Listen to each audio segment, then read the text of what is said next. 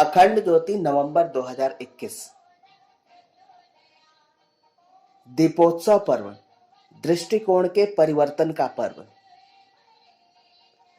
एक सेठ का व्यापार काफी फल फूल रहा था। वे अन्न का व्यापार किया करते थे। व्यापार में उन्हें खूब मुनाफा होता, पर फिर भी वे और अधिक मुनाफा कमाने की जुगत जुगाड़ में लगे रहते। जीवन में उन्होंने कभी किसी को दान में कुछ दिया हो, ऐसा शायद ही किसी ने देखा या सुना था। वे अमीरी से अधिक अपनी कंजूसी और कृपणता के लिए जाने जाते थे। गांव में साधु संत, फकीर या कोई अभावग्रस्त व्यक्ति यदि उनके पास जाते तो वे प्रायः निराश होकर ही वापस लौट आते। दीपावली का त्योहार था। गांव के लोग इसकी तैयारियां पूरे जोर शोर से कर रहे थे। धन संपदा में वृद्धि व समृद्धि के लिए लोग अपने अपने तरीके से मां लक्ष्मी का पूजन कर रहे थे। सेठ ने भी माता लक्ष्मी का पूजन किया। संयोग से उस दिन वहां एक सिद्ध महात्मा पधारे।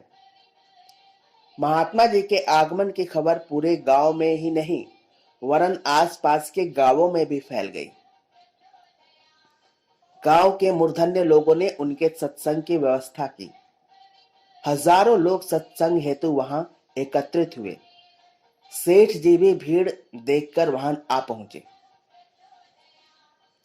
ऐसे प्रसंगों में सेठ जी को वैसे तो कोई दिलचस्पी नहीं थी, पर उन्होंने सुना कि महात्मा जी के आशीर्वाद से व्यक्ति अधिक संपन्न बन सकता है। अस्तु उनके मन में यह विचार आया कि क्यों न अधिक मुनाफा कमाने का कोई मंत्र या आशीर्वाद मांग ले। यही सोचकर वे कुछ समय के लिए वहां सत्संग में बैठ गए।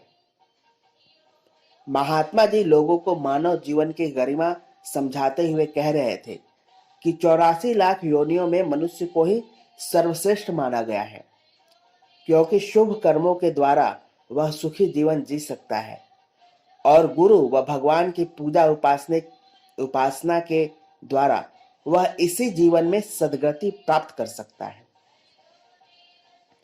महात्मा जी आगे बोले,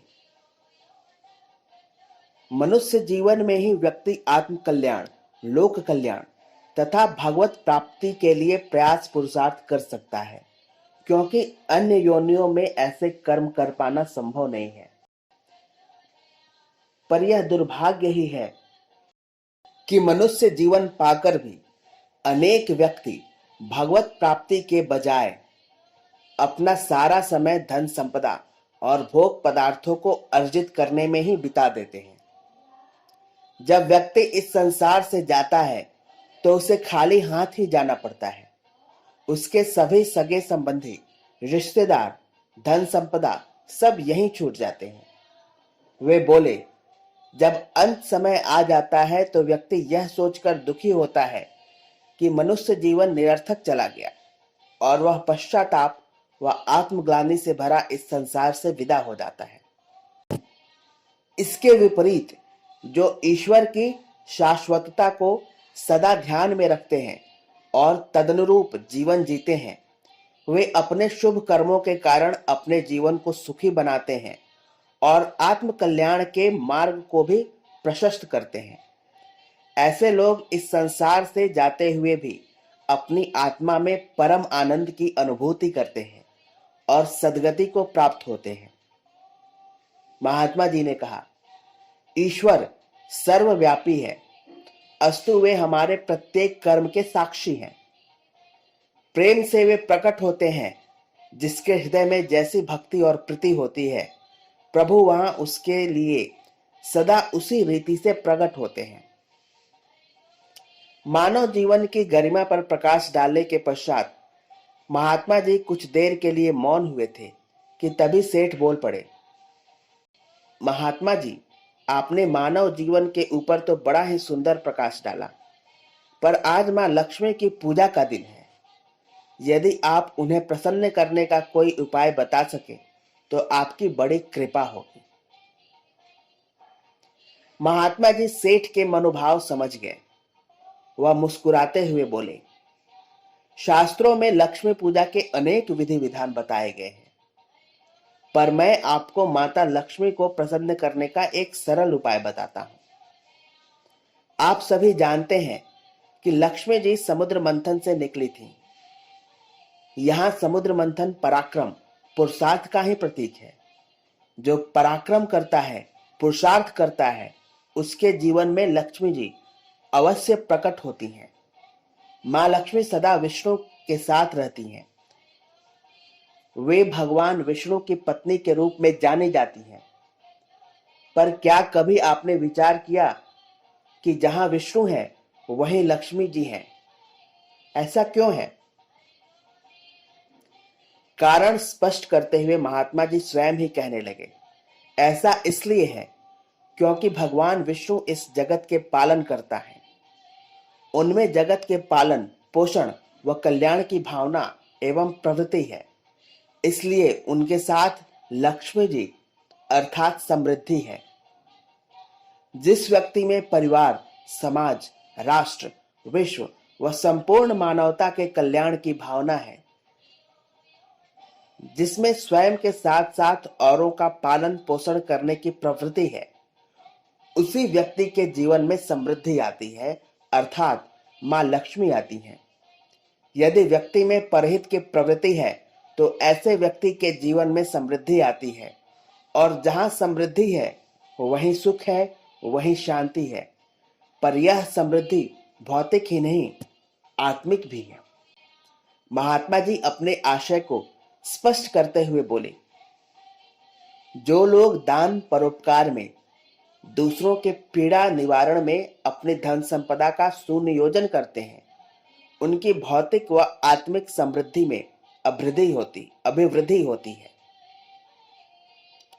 पर जो लोग सिर्फ स्वयं व अपने परिवार मात्र के लिए जीते हैं, ऐसे लोगों के जीवन में समृद्धि नहीं टिकती। ऐसे लोग धन संपदा होते हुए भी दरिद्रता की अनुभूति करते हैं, शांति की नहीं। आनंद तो औरों के लिए जीने में है। वे आगे बोले, मां लक्ष्मी की पूजा में कमल पुष्प अर्पित किए जाने का सांकेतिक संदेश यही है कि जैसे जल में रहकर भी कमल जल से अछूता रहता है, ठीक वैसे ही हम भी संसार में रहते हुए संसार से निर्लिप्त रहें। धन संपदा रहते हुए भी उससे निर्लिप्त रहें, अनासक्त रहें।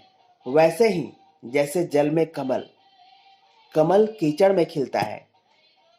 कठिनाइयों में भी व्यक्ति को हिम्मत नहीं हारनी चाहिए, बल्कि उनका बहादुरी पूर्वक सामना करते हुए जीवन की तरह खिलते रहना चाहिए। क्योंकि जहां पुरुषार्थ व श्रमशीलता है वहीं समृद्धि है।